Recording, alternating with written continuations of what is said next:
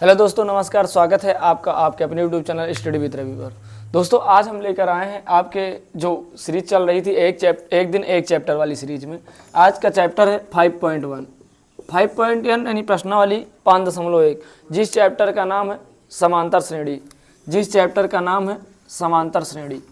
अब समांतर श्रेणी में हम ये देखेंगे कि श्रेणियाँ समांतर कब होती हैं, समान कब होती हैं, कब हमें पता चलेगा ये समांतर श्रेणी है या नहीं है। तो सबसे पहले हम उसके बेसिक के बारे में जानने का प्रयास करेंगे। और हाँ, उससे पहले अगर आप ये पहली बार वीडियो देख रहे हैं तो इसके पहले आपको 4.1, 4.2, 4.3 अर्थात द्विघात समीकरण पूरा 3 दिन में 3 चैप्टर खत्म कर दिया गया है। तो जिन्होंने नहीं देखा है, प्लेलिस्ट बनी है गणित सर मतलब गणित कक्षा 10 बाई रवि सर, प्लेलिस्ट में है, आप जाकर देख लीजिएगा। तो अब यहाँ पर देखने से तात्पर्य है कि जैसे मान लीजिए कहीं लिखा है 2, 4, 6, 8, 10, तो इसके बीच में हम ये देखेंगे क्या समान अंतर है कि नहीं है। जब समान अंतर होता है तो यह श्रेणी हमारी समांतर श्रेणी के अंतर्गत आती है। समझ में आया? जैसे इसके बीच में अंतर कितने का है, 2 के, और इसके बीच के अंतर कितने का है, 2 के, और इसके बीच के अंतर कितने का है, 2 के। इसी तरीके से जितनी भी श्रेणी मिलेगी, मतलब जितनी भी सीरीज या फिर श्रेणी मिलेगी आपको, सभी के बीच में अंतर कितने होने के चाहिए, 2। जरूरी नहीं 2 ही का हो। देखिए समझिए आयुष, जरूरी नहीं है जो अंतर होना चाहिए वो 2 का हो। जैसे मान लीजिए 6 हो गया, 12 हो गया, 18 हो गया, 24 हो गया। समझ में आ रहा है? तो इसमें आपको ये देखना है कि डिफरेंस कितने का है। अगर डिफरेंस समान है, कुछ भी होगा डिफरेंस समान डिफरेंस होगा, अंतर जो होगा समान होगा। इतना समझ में आया? तो जब हम ये देखेंगे अंतर समान है अर्थात हमारी कौन सी श्रेणी है, समांतर श्रेणी। ये आपको समझ में? तो उसके बाद अब इसमें जो मेन टाइप बन जाता है, मेन हेडिंग बन जाती है सार्वंतर और प्रथम पद, द्वितीय पद, ये सब जिसे हम जानते हैं सार्वंतर। सार्व अंतर क्या है? सार्व अंतर को हम डी से डिनोट करते हैं। सार्व अंतर से तात्पर्य यह हो जाता है कि आप जितने का अंतर सभी के बीच में दिख रहा है वही हमारा क्या हो जाता है। तो इन सभी के बीच में अंतर कितने का, 6 का। तो इस श्रेणी का सार्व अंतर कितना हो जाएगा? समझ में आया? अब उसके बाद जो पहला पद होता है उसे हम ए मानते हैं। क्या मानते हैं? ए मान सकते हैं या A1 मान सकते हैं। तो A1 कितना हुआ, 6, A2 कितना हुआ, 12, A3 कितना हुआ, 18। समझ में आया? अगर ऐसे ना मान के आप ऐसे मान सकते हो A बराबर 6, A1 बराबर 12, A2 बराबर 18। समझ में आया? तो जो पहला पद हो जाता है प्रथम पद, जैसे प्रथम पद मानना है प्रथम पद, तो प्रथम पद कितना है, 6। तो अब जैसे मान लीजिए कोई श्रेणी दिया है, पहला पद मान लो 4 दिया है और इसका सार मतलब ऐसे सवाल दी रहेगी कि प्रथम पद 4 है तथा सार्वंतर या फिर डी का मान 2 है। क्या है, 2 है। तो आप श्रेणी का चौथा पद बताइए, श्रेणी का चौथा पद बताइए। अब आप इसे कैसे करोगे? तो इस तरीके की सवाल में हम ये देखेंगे कि प्रथम पद कितना है, 4, सार्वंतर कितना है, 2। तो ये 4 है, अब इसमें 4 में 2 जोड़ेंगे 6 हो जाएगा, 6 में 2 जोड़ेंगे 8 हो जाएगा, 8 में 2 जोड़ेंगे 10, फिर 12, फिर 14। कौन पद पूछा था? चौथा। पहला, दूसरा, तीसरा, चौथा। आप ऐसे कर सकते हो। अब आप ये समझ रहे 2 जोड़ते क्यों चले गए? क्योंकि हम आपको ये बताए हैं कि इनके बीच में डिफरेंस कितना है। इसमें डिफरेंस जितना होगा, जैसे मान लो ये पहला पद है, सबके बीच में अंतर 6 हो रहा था, तो इसमें 6 जोड़े तो ये आ गया, 6 जोड़े तो ये आ गया, 6 जोड़े तो ये आ गया। सेम इसी तरीके से इसको भी कर सकते हैं, लेकिन इसको करने का जो एग्जाम में करने का तरीका है वो अलग हो जाता है थोड़ा। तो हम एग्जाम के तरीके को देखेंगे, क्योंकि हमें एग्जाम देना है, ना कि हमें शॉर्ट करके चले जाना है। जब 1 नंबर का क्वेश्चन आएगा तब तो आप कर ही लोगे, किसमें जोड़ के सीधे निकाल लोगे। समझ में आया? लेकिन जब 4 नंबर 6 नंबर का क्वेश्चन आ जाता है तो कैसे करेंगे? ठीक है, अब इसे आप अगर नोट डाउन करना कर लो, नहीं समझ में आ ही गया होगा। अब आगे हम सवाल करवाते हैं। सवाल में जैसे सवाल नंबर 5.1 में दूसरे की पहली सवाल है। पहले हम दूसरे की पहली सवाल करवा देंगे, उसके बाद पहली, दूसरी, तीसरी करवा देंगे। ठीक, तो क्योंकि जिस तरीके का हम समझ आए हैं उस तरीके का पहले करवा देते हैं। तो सवाल है जैसे दी हुई AP के प्रथम पद लिखिए जबकि प्रथम पद A और सार्वंतर D है। प्रथम पद A बराबर 10 और D बराबर कितना है, 10 है। तो क्या बताना है? श्रेणी के 4 पद लिखिए, अर्थात 1, 2, 3, 4। अब ये देखिए, अगर हमें द्वितीय पद निकालना है, पहले ऐसे समझिए, सार्वंतर द्वितीय पद निकालना है। द्वितीय पद द्वितीय पद बराबर हो जाता है प्रथम पद प्लस सार्वंतर। द्वितीय पद निकालने के लिए प्रथम पद प्लस सार्वंतर, तो प्रथम पद कितना था 10 और सार्वंतर कितना है 10, तो दूसरा पद कितना आ जाएगा 20। पहला पद 10 था, दूसरा पद कितना आया 20। अब तीसरा पद निकालना है। तीसरा पद निकालने के लिए जो हमारा दूसरा पद आया, a1 भी आप लिख सकते हो, a2 भी लिख सकते हो, लेकिन यहाँ पर a दिया था इसलिए हम क्या मानेंगे a1। a1 अर्थात कौन पद, नहीं समझो आप सर a1 लिखे हो तो आप प्रथम पद होना चाहिए, तो यहाँ पर a दिया था इसलिए हम क्या मानेंगे a1। तो a1 कौन पद हो गया द्वितीय, और तीसरा पद को क्या मान लेंगे a2, यानी ऐसे श्रेणी मानेंगे a1 a2 a3 इस तरीके। तो a पहला पद हो गया, a1 दूसरा पद हो गया, a2 तीसरा पद, a3 a4। समझ में आ रहा है। तो अब तीसरा पद निकालेंगे। तीसरे पद से तात्पर्य हो जाता है कि दूसरा पद जो निकला है उसमें हम सार्वंतर जोड़ दें। क्या जोड़ दें, सार्वंतर। तो a1 कितना है 20 निकला है और सार्वंतर कितना है 10, तो 20 10 30, तो ये पद कितना आ गया 30। समझ में आया। अब हमें चौथा पद निकालना है। चौथा पद, तो चौथा पद के लिए a3 लिखेंगे, तो चौथा पद के लिए दूसरे पद में ये जो निकला है a2, तीसरे पद में d जोड़ देंगे, तो तीसरा पद कितना है 30 और d कितना है 10, अर्थात ये कितना हो गया, ये हमारा क्या आ गया आंसर। यही तो पूछा है, 4 पद बताना है, पहला पद, दूसरा पद, तीसरा पद, चौथा पद। उतारिए। समझ में आ रहा है ना। और आप लोग अगर अभी तक चैनल सब्सक्राइब नहीं किए, चैनल सब्सक्राइब करके बेल आइकन प्रेस कर लीजिए और वीडियो को अंत तक देखिएगा, पूरा चैप्टर आपको समझ में आ जाएगा। ये दूसरे नंबर की पहली सवाल बताए हैं, उसके बाद जो संख्या बेस है उसे हम लास्ट में बताएंगे। तो आप लोग बाकायदे समझते चलिए और कमेंट में कमेंट करके जरूर बताया कीजिए क्लास कैसी लगती है आप सभी को।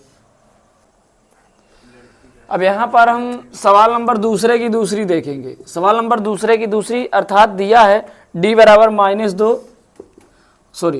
a बराबर -2 और d बराबर 0।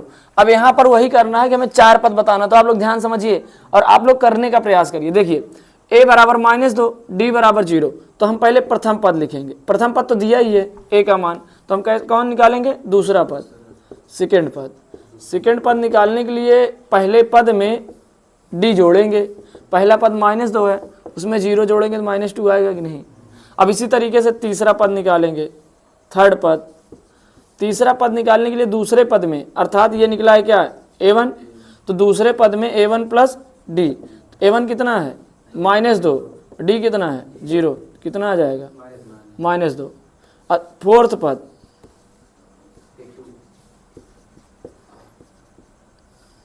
ये दूसरा निकला ये तीसरा निकला, ये कंफ्यूज मत होना, a2 लिखा है तो मतलब तीसरा पद।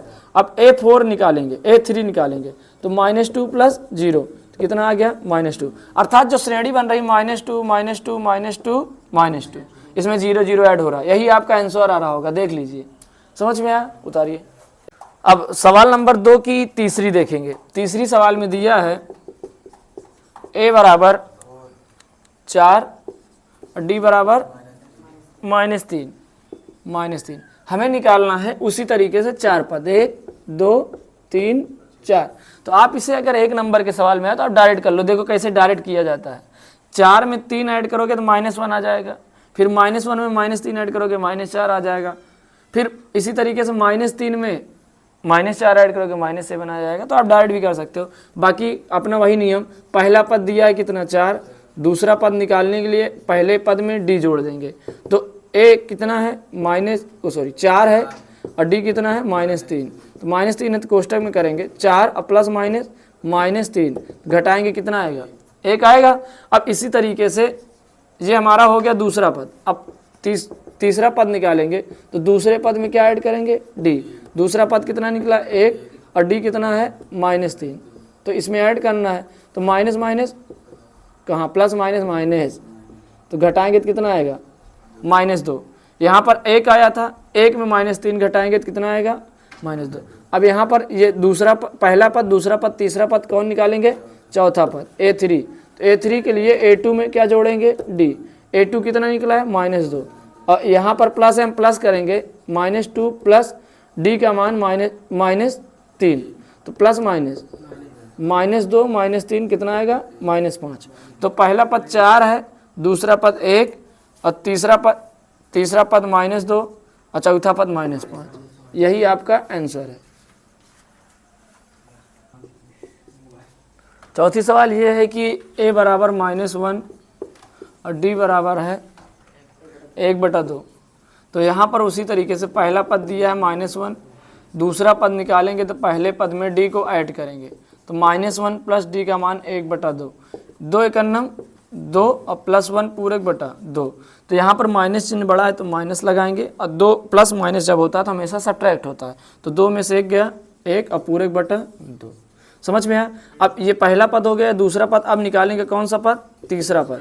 तो तीसरे पद के लिए a प्लस डी लिखेंगे, a1 प्लस डी। a1 हो जाता है दूसरा पद, ये क्या हो जाता है d। तो बहुत सारी बुकों में आपको हिंदी में लिखा होगा दूसरा पद प्लस सार्व अंतर।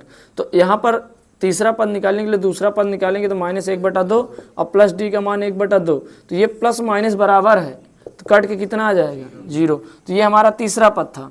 चौथा पद निकालने के लिए तीसरा पद प्लस डी, तो तीसरा पद प्लस डी तो a2 कितना है 0 प्लस डी का मान 1/2। तो 0 में 1/2 जोड़ेंगे तो 1/2 आएगा। तो अब ऐसे समझिए पहला पद -1, दूसरा पद -1/2, तीसरा पद 0, चौथा पद 1/2। यही आपकी क्या है श्रेणी। समझ में आ रहा है। उतारो।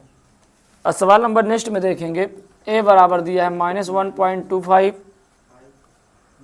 d बराबर -0.25। तो अब इसी तरह इसमें भी 4 पद निकालना है, 1 2 3 4। अब 4 पद निकालने से पहले पहले पद का मान तो आपको पता है 1.25। तो अब पहला पद निकाल लेंगे -1.25। उसके बाद दूसरा पद निकालेंगे तो दूसरे पद का मतलब होता है a प्लस डी। तो पहला पद है -1.25, उसमें जोड़ना है -0.25। जब भी जोड़ना रहता है माइनस रहता है तो हम कोष्टक का यूज करते हैं। तो -1.25 प्लस और ये माइनस क्या हो जाएगा प्लस माइनस 0.25। अब इसको ऐड करोगे तो -0.2 मतलब लास्ट का जोड़ोगे 550 और 2 2 4 415, यानी कि 25 ऐसे जोड़ोगे तो 50 हो जाएगा और 1 में 0 जोड़ोगे तो 1। ये आ जाएगा हमारा दूसरा पद। अब तीसरे पद की बात करेंगे तो तीसरे पद बराबर हो जाता है a1 प्लस डी, दूसरे पद में d यानी -1.50 में ऐड करना है -0.25, क्योंकि d का मान क्या है -0.25। जब इसे ऐड करोगे तो -1.50 प्लस माइनस 0.25। जब ऐड करोगे तो 25 50 75 हो जाता है और दशमलव -10 -1। समझ में आया। तो ये हमारा आ गया पहला दूसरा तीसरा पद।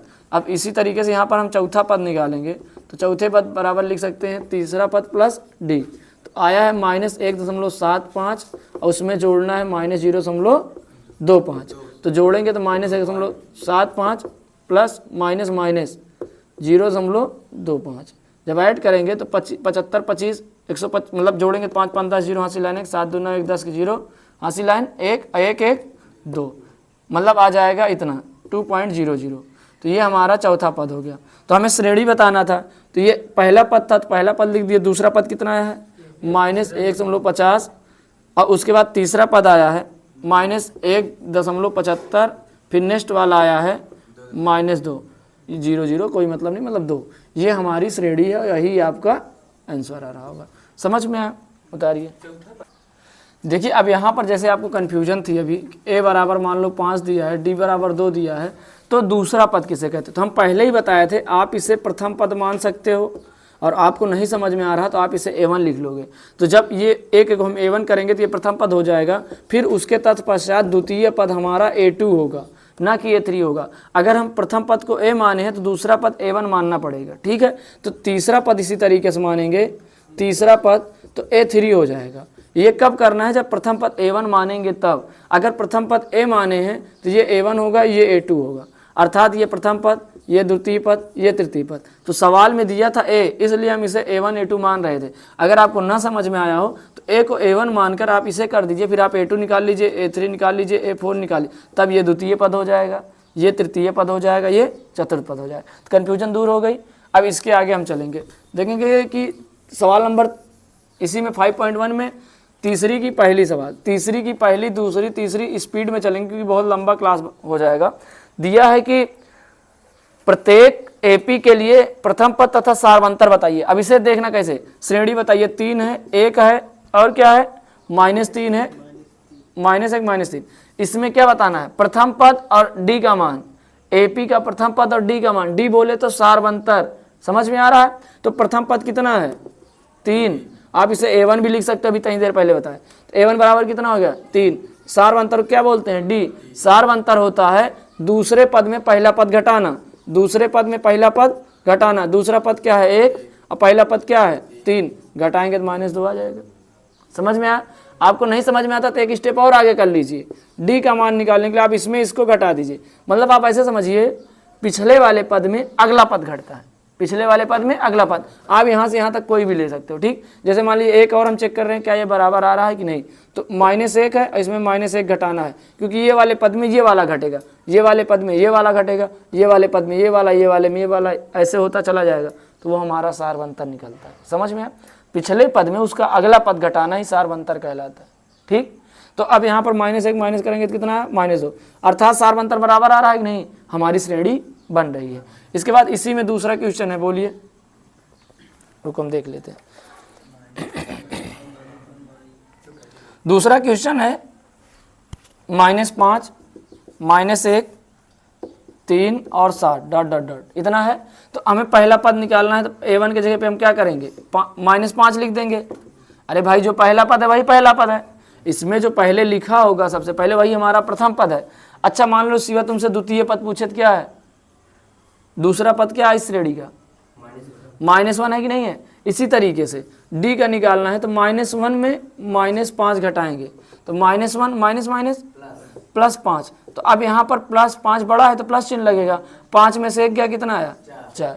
ये हमारा सार्वंतर है, डी को क्या बोलते हैं सार्वंतर। अगर मान लो और चेक करना है तो आप इसमें इसको घटा दीजिए, 3 में -1 घटा दीजिए, तो 3 माइनस +1, 3 है कितना आ रहा है 4, अर्थात सार्वंतर बराबर हो रहे हैं कि नहीं, अर्थात हमारी श्रेणी बन रही। और हमसे ये नहीं पूछा गया था, हमसे पूछा गया था प्रथम पद बताइए सार्वंतर बताइए, तो हम बता दिए प्रथम पद -5 सार्वंतर 4। समझ में है। अब यहाँ पर हम देखेंगे सवाल नंबर 3 और सवाल नंबर 4 दोनों को साथ में लेकर चलेंगे ताकि हमारा टाइम बचे और आपको जल्दी समझ में आ जाए। तीसरा नंबर ये है कि 1/3 5/3 कामा 9/3 और कामा 13/3 डॉट डॉट डॉट यही है। तो अब इसमें हमें बताना प्रथम पद, तो बताइए आयुष भाई प्रथम पद क्या होगा 1/3, और डी निकालने के लिए दूसरे पद में पहला पद घटाएंगे, दूसरे पद में पहला पद घटाएंगे, तो 5/3 में 1/3 घटाएंगे। तो घटाने का तरीका है, तो दोनों का हर मिल रहा है तो उतार दीजिए, नहीं मिलता तो एलसीएम लेना पड़ता है, और ऐसे भी एलसीएम लेंगे। 3 मिल रहा है, 3 उतार दीजिए, ऊपर है 5, 5 में से 1, 5 में से 1 गया 4, 4/3, यही हमारा क्या है आंसर। समझ में आया। अब चौथी सवाल है, उसमें दी गया है कितना 0.6 कामा 1.7 कामा 2.8 कामा 3.9 dot dot dot 3.9 dot dot dot. अब इसमें हमें बताना है प्रथम पद और सार्वंतर ज्ञात कीजिए। प्रथम पद यानी ये A1 कितना है 0.6, और सार्वंतर निकालने के लिए दूसरे पद में पहला पद घटाएंगे, दूसरा पद कितना 1.7 और 0.6 घटाएंगे। देखो 7 में 6 गया 1, दशमलव लगाएंगे, 1 में 0 गया 1.1 डी आया कि नहीं, और क्या था इसमें कोई दिक्कत, उतार लीजिए। चलिए यहाँ पर सवाल नंबर 4 देख लीजिए। इन सभी को बताने के बाद जो सवाल नंबर 1, 2 छुट्टी हुई उसे हम बताएंगे, आप परेशान मत होइए। सवाल नंबर 4 में जो पहला सवाल है, पहले हम इसका जो निर्देश दिया देख लीजिए। दिया है कि निम्नलिखित में से कौन कौन एपी है, यदि कोई एपी है तो इसका सार्वंतर ज्ञात कीजिए, इनके 3 पद लिखिए। पहले हम सवाल को समझेंगे, अगर हम सवाल को ये समझ लिए कि उसमें पूछा क्या है तो सवाल को बताने में समस्या नहीं है। सबसे पहले हम ये देखेंगे क्या वो समांतर श्रेणी है या नहीं है। समांतर श्रेणी होने की शर्तें यही है कि सभी सार्वंतर बराबर होने चाहिए, जिसे पहला 1 है तो दूसरा 2 है, तीसरा 3 है, तो उनके बीच में जो अंतर होना चाहिए वो क्या होना चाहिए समान। जब किसी भी श्रेणी में सार्वंतर समान होता तो हमारी समांतर श्रेणी कहलाती है। तो उसी तरीके से पहली सवाल है, चलिए अब यहाँ हम सवाल 4.1 देखेंगे। इसमें क्या है, हमें ये देखना है कि अगर किसी भी श्रेणी का सारवंतर समान होता है तो हमारी समांतर श्रेणी बनती है, नहीं तो नहीं होता। तो इसमें दिया निम्नलिखित में से कौन एपी है। यदि कोई एपी है तो इसका सारवंतर ज्ञात कीजिए और इनका 3 पद लिखिए। पहले हम ये देखेंगे सारवंतर है कि नहीं, सारवंतर बराबर है कि नहीं। इसके बीच में अंतर कितना है, इसके बीच के अंतर, इसके बीच के अंतर 8। तो ये श्रेणी बन ही नहीं सकती। क्यों नहीं बन सकती, जब किसी भी श्रेणी का सारवंतर ही बराबर नहीं है तो श्रेणी बनेगी कहाँ से। समझ में आया। तो यहाँ पर अगर आप सारवंतर निकालना चाहते हो तो ऐसे भी निकाल सकते हो, सारवंतर बराबर दूसरे पद में कौन सा पद घटाएंगे, पहला पद। तो 4 में से 2 गया, कितना बचा 2। उसी तरीके से नेक्स्ट सारवंतर निकालना हो तो 8 में से क्या घटाएंगे 4, तो 8 में से 4 गया 4, 8 में 4 गया 4। तो क्या ये सारवंतर है कि नहीं है, कहा था कैसे डायरेक्ट कर दिए इसको। मान लो A3 माइनस A2, तो अब यहाँ पर है 8, 8 में 4 कितना बचा 4। तो ये सारवंतर बराबर है क्या, नहीं है ना। तो लिख देना यह समांतर श्रेणी में नहीं है, यह समांतर श्रेणी नहीं है, बस हो गया, समांतर श्रेणी नहीं है। दूसरी सवाल बोलो, दूसरी सवाल बोलो। 2, 5/2, 3, हाँ 7/2, यही सवाल है। आगे देखिए इधर, इसमें हम पहले निकालेंगे सारवंतर बराबर है कि नहीं। पहले सबसे पहले सारवंतर निकाल देंगे तो पता चल जाएगा हमें श्रेणी है कि नहीं है। तो सारवंतर निकालने के लिए सबसे पहले आप इसमें से इसको घटाइए, दूसरे पद में पहला पद घटाएंगे, 5/2 में 2 घटाएंगे तो 2 दूना 4, 5 माइनस 4/2, 5 में 4 गया 1, 1/2। और हम चेक कर लेंगे, इसमें इसको घटाएंगे, 3 माइनस 5/2, 3 दूना 6, 6 में 5 घटाएंगे कितना आएगा 1/2। अब हमें पता चल गया कि सारवंतर बराबर है अतः श्रेणी है कि नहीं। तो इसमें अब ये पहला पद, ये दूसरा पद, ये चौथा पद, ये पांचवा पद, सॉरी पहला दूसरा तीसरा चौथा, यहाँ पर पांचवा पद होगा, फिर यहाँ पर छठवां पद, यहाँ पर सातवां पद। क्योंकि बोला गया है समांतर की अगली 3 पद और ज्ञात कीजिए। अगर श्रेणी में है तो, अगर श्रेणी में है तो इसका अगला 3 पद, तो अगला 3 पद निकालने के लिए ये तो हमारा सारवंतर आया। तो पहला दूसरा तीसरा चौथा पांचवा, तो पांचवा पद निकालने के लिए चौथे पद में डी का मान जोड़ेंगे। तो चौथा पद कितना है 7/2 और प्लस डी का मान 1/2। तो ये 2 मिल रहा है, उतार देंगे, 7 1 कितना हो जाएगा 8। अब 8 में 2 से भाग करेंगे कितना आएगा, समझ में आया। अब इसी तरीके से छठवां पद निकालेंगे तो पांचवें पद में क्या जोड़ेंगे, डी जोड़ेंगे। तो पांचवा पद कितना है 4, डी कितना है 1/2। तो जोड़ेंगे 4 दूना 8 1, 9, 9/2। इसी तरीके से सातवां पद जोड़ेंगे तो छठवें पद में क्या जोड़ेंगे डी, यहाँ पर नहीं, यहाँ पर ऐड होगा बेटा, काट नहीं सकते। अब इसी तरीके छठवें पद में जोड़ेंगे, छठवां पद क्या है 9/2 और डी का मान कितना है 1/2। तो 9 1 10, 10 में 2 से भाग करेंगे कितना आ जाएगा 5। तो आपको इतना तो जोड़ तो आ ही रहा होगा हाई स्कूल में। देखिए 2 2 LCM ले लेंगे, 2 आएगा, यहाँ पर कर दे रहे हैं, देखो इधर इधर दिखाई दे रहा है, यहाँ पर कर दे रहे हैं, फिर इरेज कर देंगे। 9/2 प्लस 1/2, 2 2 2 कर लेंगे और 9 प्लस 1, 9 1 कितना होता है 10, और 10 में 2 से भाग करेंगे कितना आएगा 5। यही करना था। चलिए लिखिए, ये है A5। समझ में आया। इस तरीके से सवाल करना है। देखो फिर से हम समझा दे रहे हैं, पहले समझिए। पहला पद दिया है, दूसरा पद, तीसरा पद, चौथा पद। अगर श्रेणी बन रही है तो उसका अगला 3 पद हमें अपने से बताना है। तो अगला 3 पद बताने के लिए सबसे पहले हम ये देखेंगे कि सारवंतर बराबर है कि नहीं है। तो सारवंतर, एक पद से हम सारवंतर बराबर नहीं, हो सकता है इसके बीच में अंतर अलग हो जाए, हो सकता है इसके बीच में अंतर अलग हो जाए, समझ में आया। तो जैसे यहाँ पर देखेंगे तो यहाँ पर भी घटा सकते हैं, घटाएंगे तो सबका मान 1/2 आएगा। प्रयास करिएगा 2-3 पद तक आप देख लीजिए सारवंतर बराबर है कि नहीं है। तो अब यहाँ पर घटाए तो डी दूसरे पद में पहला पद घटाएंगे, 2 दूना 4, 5 में से 4 गया 1 और 1/2। इसी तरीके से यहाँ करेंगे तो 1/2 आएगा। तो अब हमें पांचवा पद, छठवां पद, सातवां पद निकालना। और पांचवें पद निकालने के लिए चौथे पद में क्या जोड़ेंगे डी का मान।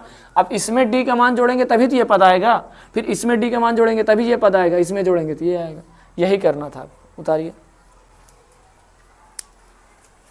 नंबर 3 देखिए, सवाल नंबर 4। 2 सवाल हम लेकर चलेंगे, ठीक। सवाल नंबर 3 में दिया गया है -1.2 कामा -3.2 कामा -5.2 -7.2, 5.2 कामा -7.2। अब यहाँ पर देखिए क्या सारवंतर बराबर है हमारा, बराबर ही दिख रहा होगा। देखिए समझिए, डी बराबर दूसरे पद में पहला पद घटाइए, दूसरे पद में घटाएंगे तो -3.2 2 में -1.2 घटाएं, माइनस माइनस प्लस 1.2। तो जब इसको प्लस माइनस करेंगे और प्लस माइनस है तो घटेगा हमेशा। 2 में 2 गया 0 और 1 में 2 गया, मतलब 3 में 1 गया 2, -2.0 अर्थात -2 आया है। ठीक, और दूसरा सारवंतर चेक करेंगे तो -5.2 में -3.2 घटाना है, तो -5.2 माइनस माइनस प्लस 3.2 घटाएंगे तो इसमें भी आ जाएगा -2, यहाँ पर भी -2 आया है, अर्थात हम जान रहे हैं सारवंतर हमारा समान है। तो अब यहाँ पर 1 2 3 4 पांचवा पद निकालने के लिए हम ये बताए थे कि चौथे पद में क्या जोड़ेंगे, सारवंतर जोड़ेंगे। तो चौथा पद कितना है, -7.2, अब उसमें जोड़ेंगे -2 तो हो जाएगा -7.2 और माइनस प्लस -2, तो 7 2 कितना हो गया, 9.2, इतना हुआ। अब इसी तरीके से आप ऐसे भी समझ सकते हो कि छठवां पद निकालने के लिए कॉमन सेंस लगा दीजिए, इसमें 2 ऐड कर दीजिए, तो 9 2 कितना हो जाएगा 11, फिर 13, इसी तरीके से बढ़ाते चले जाइए, फिर 11.2, फिर 13.2, यानी 1 3 5 7 9 11 13 15 17 इस तरह होता चला जाएगा। उतार लीजिए, 3 पद आ गया, पांचवा पद, छठवां पद, सातवां पद, समझ में आया। अब इसी तरीके चौथा पद देखिए, दिया है -10, -6, -2, 2। इसमें अब आपको ये देखना है कि सारवंतर पहले बराबर है कि नहीं प्रिंस। अब इधर निकालेंगे, सारवंतर हो जाएगा -6 प्लस -10, क्योंकि इस पद में इस पद को घटाना है, तो -6 और प्लस -10 घटाएंगे तो -16 आ जाएगा, यही होगा। सॉरी, यहाँ पर घटाया जाता है तो माइनस माइनस क्या हो जाएगा प्लस, घटाएंगे तो कितना आएगा 4। फिर अगला सारवंतर निकालेंगे, -2 में -6 घटाना है, तो -2 प्लस माइनस प्लस 6, 6 में 2 घटाएंगे कितना आएगा 4, अर्थात हमारा सारवंतर क्या हो रहा है बराबर। तो अब इसके आगे अगला पद 2 निकालेंगे तो क्या होगा, कमलेन बताओ, इसमें से अगला पद निकालने के लिए सारवंतर कितना निकल रहा है 4, तो इसमें 4 जोड़ेंगे तो ये कितना हो जाएगा 6, इसमें 4 जोड़ेंगे कितना हो जाएगा 10, इसमें 4 जोड़ेंगे कितना हो जाएगा 14, 6 10 14 आ गया आंसर की नहीं। लेकिन इसे किया कैसे जाएगा, देखो पहला पद, दूसरा पद, तीसरा पद, चौथा पद, ये क्या है पांचवा पद, तो पांचवें पद में चौथे पद में सारवंतर जोड़ दो। चौथा पद कितना है 2, सारवंतर कितना निकला 6, 4, तो 4 2 कितना हो गया 6, आदित्य इधर देखो 6। अब इसी तरीके से A6 निकालना है तो A5 प्लस D हो जाएगा, A5 कितना निकला 6 और सारवंतर कितना है 4, तो 6 4 10। इसी तरीके से A7 निकालोगे, A7 में A6 प्लस D का मान कितना है 6 निकला है 10 और D का मान 4, 10 4 14। समझ में आया। इस तरीके से आपको सवालें करनी है और आप आगे भी कर सकते हो, जितनी सवाल है 15-16 सवाल सभी आ जाएगी। उतारिए। अब यहाँ पर हम देखेंगे इस वाली सवाल में पहले सारवंतर बराबर है कि नहीं है। तो सारवंतर निकालने के लिए तीसरे पद में, सॉरी इसमें दूसरे पद में पहला पद घटाएंगे। दूसरा पद है 3 प्लस √2, घटाएंगे 3, 3 से 3 कट गया कितना आया √2। इसी तरह से अगला घटाएंगे तो 3 प्लस 2 √2 में 3 प्लस √2 घटाएंगे। तो यहाँ पर हम करेंगे 3 प्लस 2 √2 माइनस 3 और प्लस माइनस √2, तो 3 से 3 कट गया। 1 2 √2 में, मतलब 2 √2 में 1 √2 घटाएंगे तो आ जाएगा √2, यानी हमारा सारवंतर दोनों में समान मिल रहा है। अगला भी निकालेंगे तो उसमें समान मिलेगा, अर्थात ये हमारी समांतर श्रेणी है कि नहीं है, है। तो अगला पद निकालेंगे, पहला दूसरा तीसरा चौथा पांचवा पद निकालेंगे। तो पांचवें पद निकालने के लिए चौथे पद में क्या जोड़ेंगे D। तो चौथा पद क्या है उसमें 3 प्लस 3 √2 और इसमें जोड़ना क्या है √2। तो हम जानते हैं 3 लिख लेंगे, 3 1 4 √2, यहाँ पर कुछ नहीं रहता तो वहाँ पर हम एक मान लेते हैं। तो 3 1 कितना हो गया 4 √2। इसी तरीके से छठवां पद निकालेंगे तो 3 प्लस 5 √2 होगा कि नहीं, निकाल लीजिएगा आप लोग, क्योंकि आगे देखो 1 √2 2 √2 3 √2 4 √2 5 √2 और आगे 3 लिखते चले जाना है। ठीक, तो सातवां पद निकालने के लिए 3 प्लस 6 √2, समझ में आया। अगला निकालेंगे 7 √2 8 √2, ये हमारी श्रेणी हो गई। और आपको करना क्या पेपर में, यहाँ पर लिख लेना A5 प्लस D, तब यहाँ पर इतना आ जाएगा। इस वाले में अरे यार भाई ऐसे कर लेना, नहीं समझ में आ रहा है क्या, A5 प्लस D, A5 का मान कितना निकला है 3 प्लस 4 √2 निकला है कि नहीं। और इसमें क्या जोड़ेंगे D का मान √2, तो जब √2 जोड़ेंगे तो 3 उतार लेंगे प्लस 4 यहाँ पर 1 यहाँ पर है तो क्या हो जाएगा 5 √2। इसी तरीके से ये भी आ जाएगा। ठीक, कर लीजिएगा घर पे। और इधर देखिए, इसमें इसमें डी का मान निकालने के लिए बताइए आप क्या कर सकते हो, पिछले वाले पद में अगला पद घटाना है, तो पिछला पद है 0.22 और घटाना है किसमें 0.2, तो यहाँ पर कुछ नहीं, तो इधर हम क्या मान लेंगे 0, तो घटाएंगे 0.20 आएगा नहीं, यहाँ पर 2 में 0 आएगा 2 और 2 में 2 गया कुछ नहीं, यानी कितना आया 0.2 और अगला सारवंतर निकालेंगे 0.222 और उसमें घटाना है 0.22, तो यहाँ पर हम 0 मान लेंगे, तो यहाँ पर घटाएंगे 2 में 0 गया 2, 2 में 2 गया कुछ नहीं कुछ नहीं कुछ नहीं, इतना आया। तो क्या ये दोनों बराबर हो रहा है, हो रहा है नहीं हो रहा है, जब नहीं हो रहा तो यह श्रेणी नहीं है, यह समांतर श्रेणी नहीं है। बस हो गया, इतना ही करना इसको। अरे तो कर लीजिए ना, देखिए A5 प्लस डी, A5 कितना निकला है 3 + 5√2 और उसमें जोड़ना कितना है √2, तो 3 में कुछ नहीं जोड़ेगा 3, ये 1√2 है, यहाँ पर 5√2 है, 5 1 कितना हो जाएगा 6√2। इसे हम शॉर्टकट बताए थे, बोले थे कर लेना, लेकिन 3 + 6 क्यों जोड़ेंगे, 3 ही पद तो पूछा गया है, 1 2 3, अगला 3 पद पूछा गया, चौथा पद निकालने के लिए उसमें एक और जोड़ना पड़ेगा, लेकिन इसमें अगला 3 ही पद पूछा गया है, ज़्यादा क्यों करें हम, पूछा 3 ही गया तो 4 क्यों करें। समझ में आया। यहाँ पर अब हम नेक्स्ट सवाल की ओर चलेंगे। सवाल है 0 0, -4 -8, -12 इक्वल, इधर देखिए, बैठ जाइए, शांत रहिए। अब यहाँ पर देखिए, इन दोनों के बीच पहले हम सारवंतर निकालेंगे, तो A2 - A1 करेंगे, A2 - A1, A2 कितना -4, -A1 कितना है 0, तो घटाएंगे तो कितना आएगा -4 आएगा। उसी तरीके से अगला एक और सारवंतर निकाल लीजिए, -8, -4, तो -8 है और +4, घटाएंगे तो कितना आएगा -4, यानी सारवंतर आ रहा है। तो अब अगला पद निकालना, तो ऐसे भी समझ रहे हो, यहाँ 4 है, यहाँ 8 है, यहाँ 12 है, तो 12 के बाद 16, 16 4 20, 20 4 24 4 28, माइनस लगाते चले जाओ, ऐसे भी कर सकते हो। तो अब बाकी निकालना है पांचवा पद, तो पांचवें पद के लिए चौथे पद में क्या जोड़ेंगे डी, तो चौथा पद कितना है -12 और जोड़ेंगे डी यानी -4, तो -12 -4 -16। इसी तरीके से छठवां पद जोड़ेंगे, तो पांचवें पद में डी जोड़ेंगे, तो -16 + -4, तो माइनस प्लस माइनस हो जाएगा, और 16 4 20 -20। अब A7 इसी तरह निकालेंगे, तो A6 + D, हाँ बहुत सही, -20 + -4 कितना हो जाएगा -24। ये समझ में आया। बाकी और कुछ है नहीं सवाल में, आप अगर एक बार एक सवाल को समझ गए तो आप लगाते चले जाओगे। नेक्स्ट है -1/2 कामा -1/2 कामा -1/2 कामा -1/2 डॉट डॉट डॉट, ये सवाल नंबर नेक्स्ट है। अब यहाँ पर समझो, इन सभी के बीच में अंतर कितने दिख रहा है आपको वीरेंद्र भाई, बताइए। 2 का दिख रहा है अंतर, सबके बीच में अंतर 0 का दिख रहा है। कितने का दिख रहा है 0 का, क्योंकि इसमें आप 0 जोड़ोगे तो ये आएगा, 0 जोड़ोगे ये आएगा, 0 जोड़ोगे ये आएगा।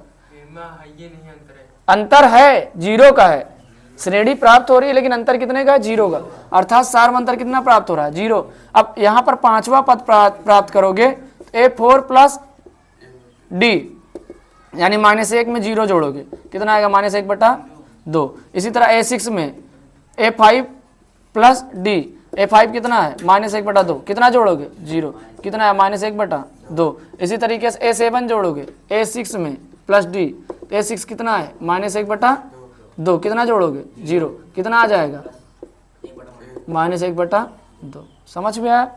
जब यहाँ पर सार्वंतर कुछ नहीं दिखता तो वहाँ पर हम क्या मान लेंगे 0, क्योंकि इसमें 0 जोड़ा होगा तभी आया होगा, इसमें 0 जोड़ा होगा तभी आया होगा, इसमें 0 जोड़ा होगा तभी। आप आंसर मैच कर लीजिए, आंसर आ रहा है, ठीक, उतारिए।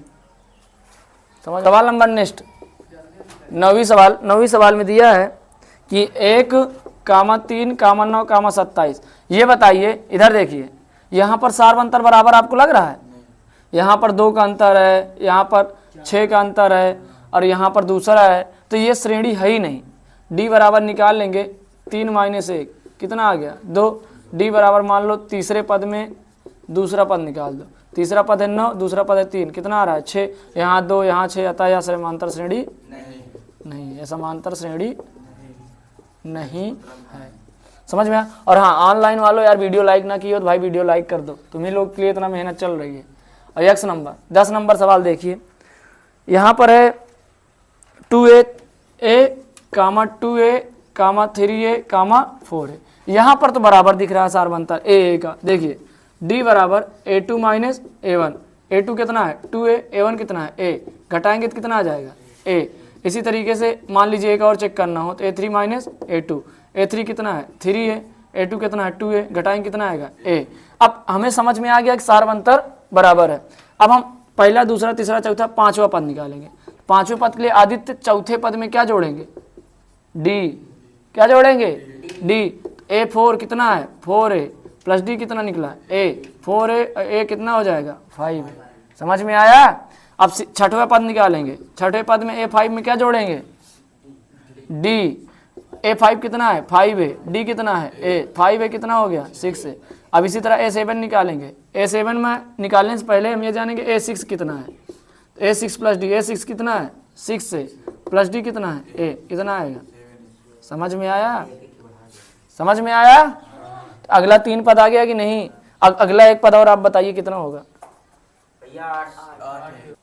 अब यहाँ पर सवाल नंबर नेक्स्ट देखेंगे। सवाल नंबर नेक्स्ट है A comma A square comma A cube comma A power 4।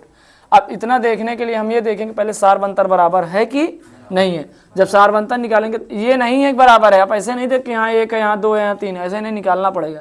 तो निकालेंगे तो A2 माइनस A1, A2 कितना है A स्क्वायर, A1 कितना है A। अगर इसमें A कॉमन लेते हैं तो A माइनस 1 होगा कि नहीं। अब इस तरीके से अगला निकाल लेंगे तो A cube minus A square, इसमें A कॉमन ले लेंगे तो A स्क्वायर माइनस 1 बच रहा है। क्या मिल रहा है दोनों, नहीं, अतः यह समांतर श्रेणी नहीं है, यह समांतर श्रेणी नहीं है। और हाँ समझिए, पेपर में आते ही आपको लोग ये देखो कि यहाँ 1 है यहाँ 2 है यहाँ 3 है, अतः समांतर श्रेणी है, ऐसा नहीं होता, निकालना पड़ता है। जिसमें लगेगा कन्फ्यूजन है तो उसको एक बार जरूर चेक किया कीजिए। नेक्स्ट सवाल देखिए 12 नंबर है। इसमें दिया क्या गया है कि रूट के अंदर है √2, √8 और √13, √18 है। दिखाई दे रहा है इसमें प्रिंस मोबाइल में √18। हाँ तो ये दिख रहा था।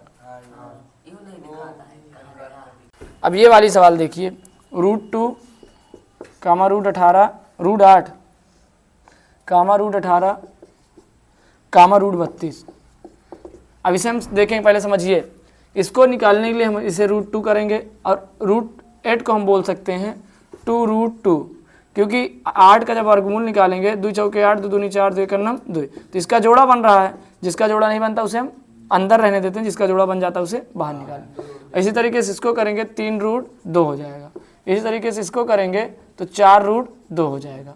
तो अभी हम समझेंगे, इसमें हम सारवंतर निकालेंगे। सारवंतर निकालने ये कहाँ से आया 4√2 समझ लीजिए। 32 है, इसे गुणनखंड करेंगे 16, 2 से 8 बार, 2 से 4 बार, 2 से 2 बार, 2 से 1 बार, तो जिसका जिसका जोड़ा बन रहा है। तो एक तो ये वाला जोड़ा बन गया 2 का, और एक ये वाला बन गया, यानी 2 गुणे 2, तो 2 दूनी 4, और जिसका जोड़ा नहीं बनता उसे अंदर रखते हैं। समझ में आया। अब इधर समझिए, इसमें सारवंतर निकालेंगे तो D बराबर A2 माइनस A1। A2 है 2√2, A1 है √2, घटाएंगे तो √2 आ जाएगा, क्योंकि 2 यहाँ है, 1 यहाँ, 2 में से 1 गया 1 और √2। अगला निकाल लेंगे 3√2 में 2√2, इसमें भी कितना आ जाएगा √2, यानी सारवंतर है बराबर। यहाँ भी बराबर है, यहाँ भी बराबर। समझो कैसे आ रहा भाई, नहीं समझ में आ रहा तो ध्यान समझो। तीसरे पद में दूसरा पद घटाएं। तीसरा पद क्या है 3√2, ये क्या है 2√2, तो 2 में से 1 गया 1 और कोष्टक में क्या है √2। अब हम निकालेंगे चौथा पद, पांचवा पद। पांचवें पद निकालने के लिए चौथे पद में क्या जोड़ेंगे D, तो चौथा पद कितना है 4√2 और प्लस कितना जोड़ेंगे √2, ये क्या हो गया 5√2। अगर 5√2 नहीं आ रहा होगा आंसर तो इसका स्क्वायर करेंगे या फिर इसे अंदर भेजेंगे तो 50 आ जाएगा। कितना आ जाएगा √50। ठीक है। अब √50 कैसे आ रहा समझो। अगर कहीं पर लिखा 5√2, ठीक, तो इसका स्क्वायर रूट निकला तो ये किसका स्क्वायर होता है 25 का होता है कि नहीं। तो रूट के अंदर लिखने से पहले हम इसका स्क्वायर कर देंगे 25, और रूट में 2 क्या है, तो 25 दूनी 50। इस तरीके से हम कर सकते हैं। बाकी आंसर हो सकता है इतना ही आ रहा होगा, देख लेना एक बार। अब यहाँ पर देखिए A6 निकालने के लिए A5 प्लस D। A5 कितना है 5√2 और प्लस D कितना है √2, तो ये आ जाएगा 6√2। ऐसे निकालेंगे तो ये हो जाएगा 6 छंग 36, 36 दूनी 72 √2 हो सकता है आंसर है। A7 है, A7 निकालने के लिए A6 प्लस D। A6 कितना है 6√2 प्लस D का मान कितना है √2, तो तो इसका वो जोड़ेंगे तो ये 7√2 आ जाएगा। समझ में आया? ये आंसर आ रहा है कि अलग आ रहा है? ये वाला ये देखो समझो। हाँ हाँ ठीक। इसको जैसे बोलें 5 का स्क्वायर कितना करेंगे 25 और अंदर कितना है 2, यानी गुणा करेंगे तो ये आ जाएगा √50। कितना आएगा √50। और इसको करेंगे तो थोड़ा इधर देख लेते हैं, ये आ जाएगा 5√2 और स्क्वायर करेंगे तो 5 5 25 और 2, यहाँ पर रूट के अंदर कितना हो जाएगा 50, रूट के अंदर कितना हो जाएगा 50। इसी तरीके से यहाँ करेंगे तो रूट के अंदर 6 छंग 36 × 2 यानी √72। इसी तरीके से इसमें करेंगे 7 7 49 × 2 कितना हो जाएगा 98। ये आपका आंसर आ गया। समझ में आया? उतारिए।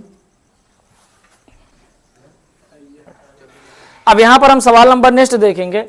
देखिए सवाल अच्छी है और क्लास भी अच्छी है, तो क्लास लंबी बनेगी, इससे आप परेशान मत होइए कि हाँ क्लास इतनी कम में, क्योंकि सवाल आप कम से कम 20 से कम 15 इसमें है, 15 4 19, 19 5 24 और 4 उसमें है 23, 19 4 23 25 सवाल लगभग आप एक दिन में लगा रहे हो। कम है, आप 3 दिन की क्लास एक दिन में ख़त्म कर रहे हो। देखिए इधर नेक्स्ट है अंडर रूट के अंदर 3 कामा अंडर रूट के अंदर 6 अंडर रूट के अंदर 9 और अंडर रूट के अंदर 12 ... अब यहाँ पर हम समझेंगे तो यहाँ पर आप ये ऐसा लग रहा होगा 3 3 दूना 6 3 3 9 3 चौक 12 3 3 का अंतर है। ऐसा नहीं है, हम इसे √3 लिखेंगे, इसे लिखेंगे तो √6 लिखेंगे, इसे लिखेंगे 3√3 हो जाए, क्योंकि 3 के √3 9 के स्क्वायर 3 और इसको करेंगे तो 2√3। अब ... अब पहले हम सारवंतर निकालेंगे तो ये घटेगा ही नहीं घटेगा, क्योंकि यहाँ √6 यहाँ √3 है। तो क्या आपको लग रहा है ये आ जाएगा √6 - √3, तो इसको करेंगे तो ये भी हो जाएगा। तो ये सारवंतर नहीं है, सारवंतर बराबर नहीं आ रहा है, सारवंतर बराबर नहीं आ रहा है, अतः ये समांतर श्रेणी नहीं है, समांतर श्रेणी नहीं है। समझ में? नेक्स्ट सवाल है, दिया है XIV, इसमें है कि 1 का स्क्वायर 3 का स्क्वायर 5 का स्क्वायर 7 का स्क्वायर। समझिए इधर 1 का स्क्वायर 1, 3 का स्क्वायर 9, 5 का स्क्वायर 25, 7 का स्क्वायर 49। तो इसके बीच में क्या सारवंतर बराबर दिख रहा है? नहीं दिख रहा ना। वैसे भी बाकी निकाल भी सकते हो। A2 - A1, 9 में से 1 गया 8, 9 में से 1 गया 8। नेक्स्ट D निकालेंगे तो 25 - 9, 25 में 9 गया 16। सारवंतर बराबर नहीं है, अतः यह भी समांतर श्रेणी समांतर श्रेणी नहीं है। नेक्स्ट देखेंगे, नेक्स्ट है कि 1 का स्क्वायर कामा 5 का स्क्वायर कामा 7 का स्क्वायर कामा 73। 1 का स्क्वायर 1, 5 का स्क्वायर 25, 7 का स्क्वायर 49, यहाँ पर क्या है 73। अब इसके बीच में सारवंतर निकालेंगे तो 25 - 1 अर्थात कितना हो जाएगा 24। नेक्स्ट निकालेंगे 49 - 25 कितना आएगा 24, अर्थात ये सारवंतर बराबर है, ये श्रेणी बनेगी। श्रेणी बनेगी तो अगला 3 पद निकालना है, अर्थात 5वां पद निकालने के लिए चौथे पद में क्या जोड़ेंगे D।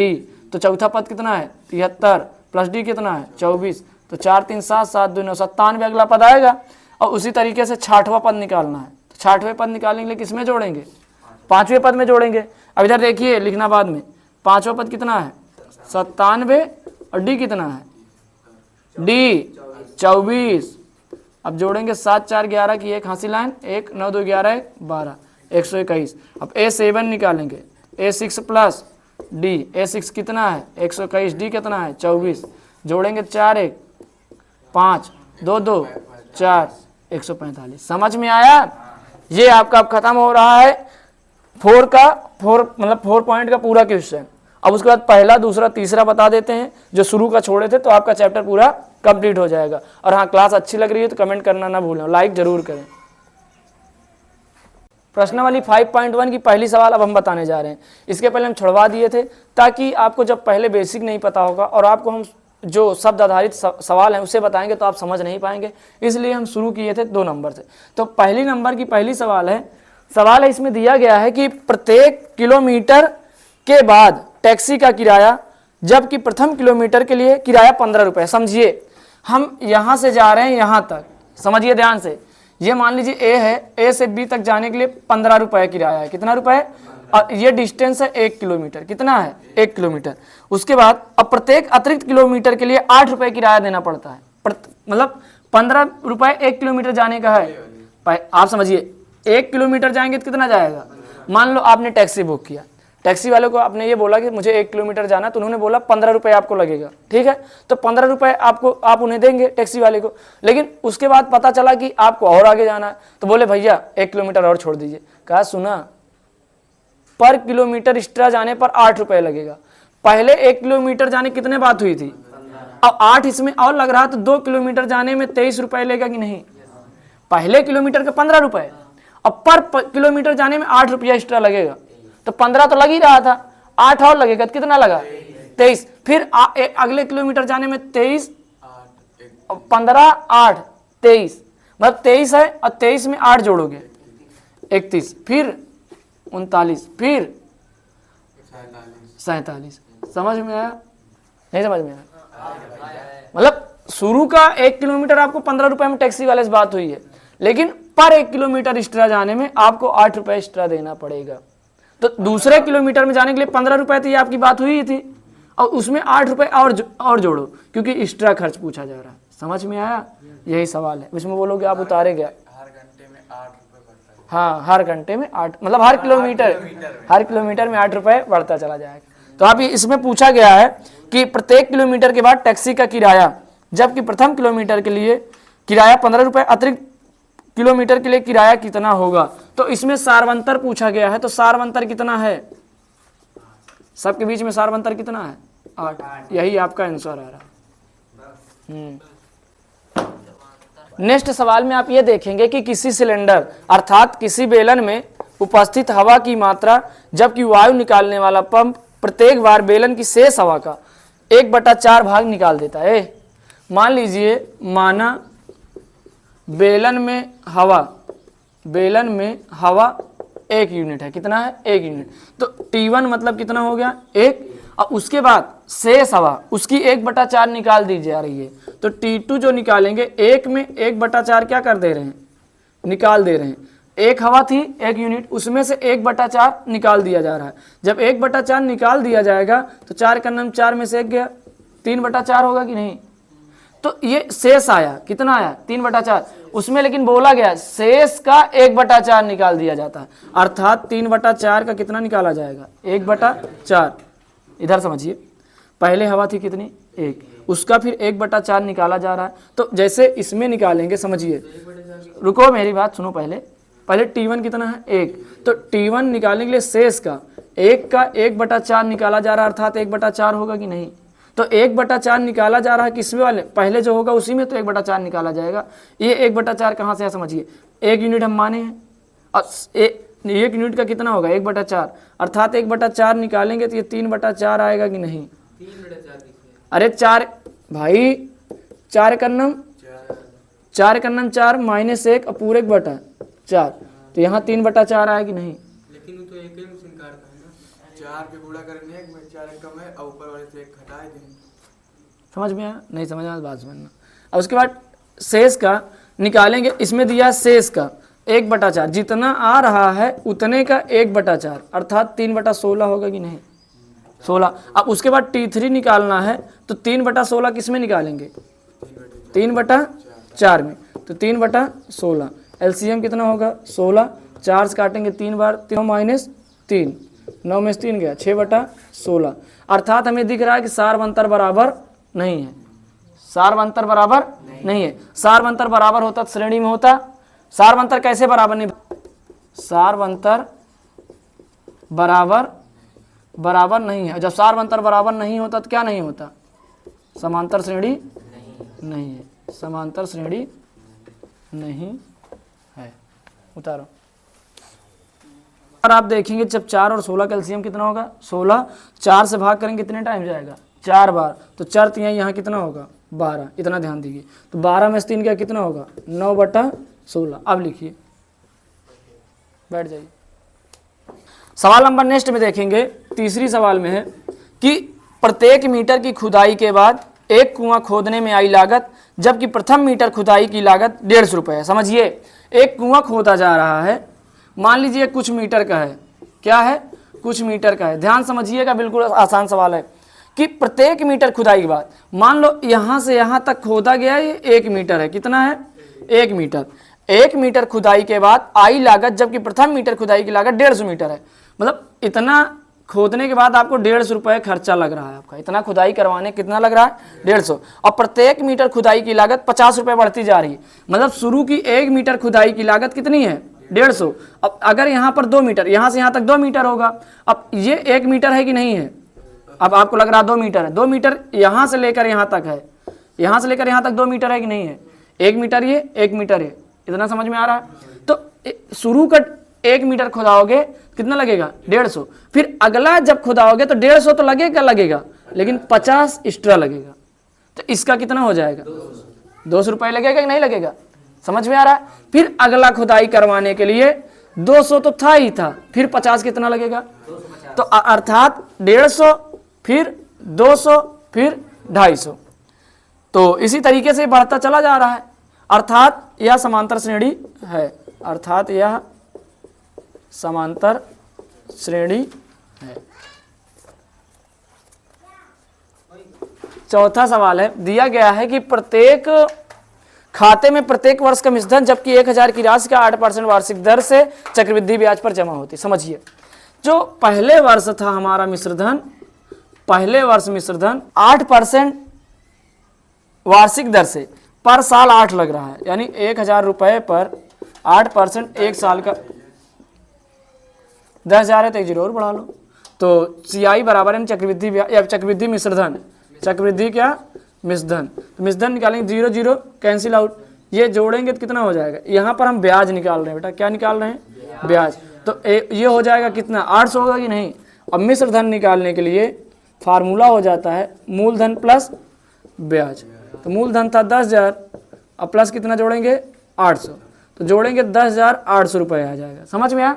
ये पहले वर्ष का था, फिर इसके बाद वर्ष निकालेंगे तो उसका ब्याज हो जाएगा 10,800 पे लगेगा, कितने पे लगेगा 10,800, वही ब्याज वही समय, मतलब वही दर, 2 0 2 0 कैंसिल, 8 का नाम 8 8 टाइम 64 और 8 का नाम 8, यानी कितना ब्याज आ रहा है, आप इसमें गुणा कर लीजिएगा 864 ही आएगा।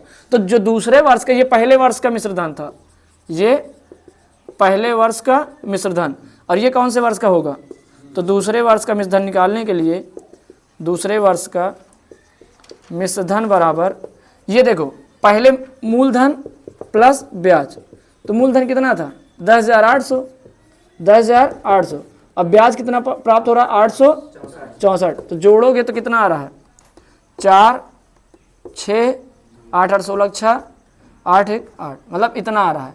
तो पहले इतना करेंगे तो पहले था 10,000 रुपये, फिर प्राप्त कितना हो रहा है 10,800 रुपये, फिर इसको एक बार फिर से जोड़ लीजिए 4 6 8 8 16 6 80 लाइन 1 और 1 1 2 नहीं 1 1 1 11,664, लेकिन आप यहाँ देख रहे होंगे सार अंतर बराबर नहीं आ रहा है, और जब सार अंतर बराबर नहीं आ रहा है तो क्या लिखेंगे, इसके आगे लिख दें सार अंतर बराबर नहीं अतः समांतर श्रेणी